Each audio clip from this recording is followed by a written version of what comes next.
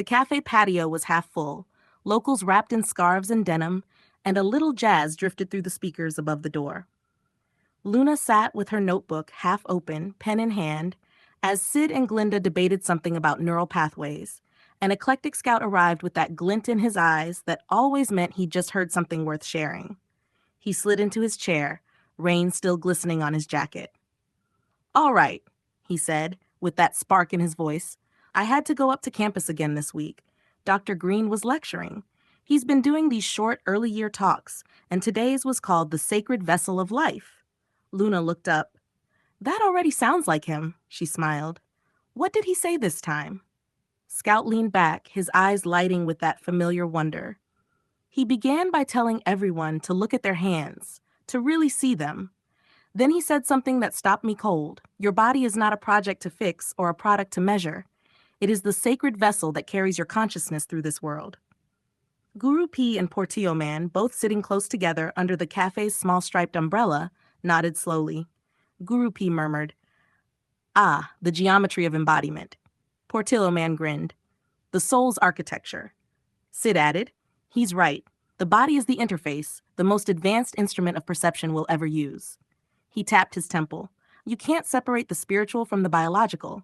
They're running on the same current." Glinda, ever the philosopher, tilted her head. "So what does he mean by sacred, though? Is it reverence or just awareness?" Eclectic Scout smiled. "He said gratitude was the ultimate act, that the only proper response to having a body, to seeing, feeling, tasting, touching, is thanks. That when we love this vessel, we stop treating life like something to survive and start treating it like something to celebrate." Luna felt those words land inside her, like drops of rain settling into still water. She closed her notebook softly and said, "You know, I think the body listens to that gratitude, like a garden responds to care." Tara Singh, quiet until then, spoke with a calm, grounded tone. "In yoga, we're told the same thing.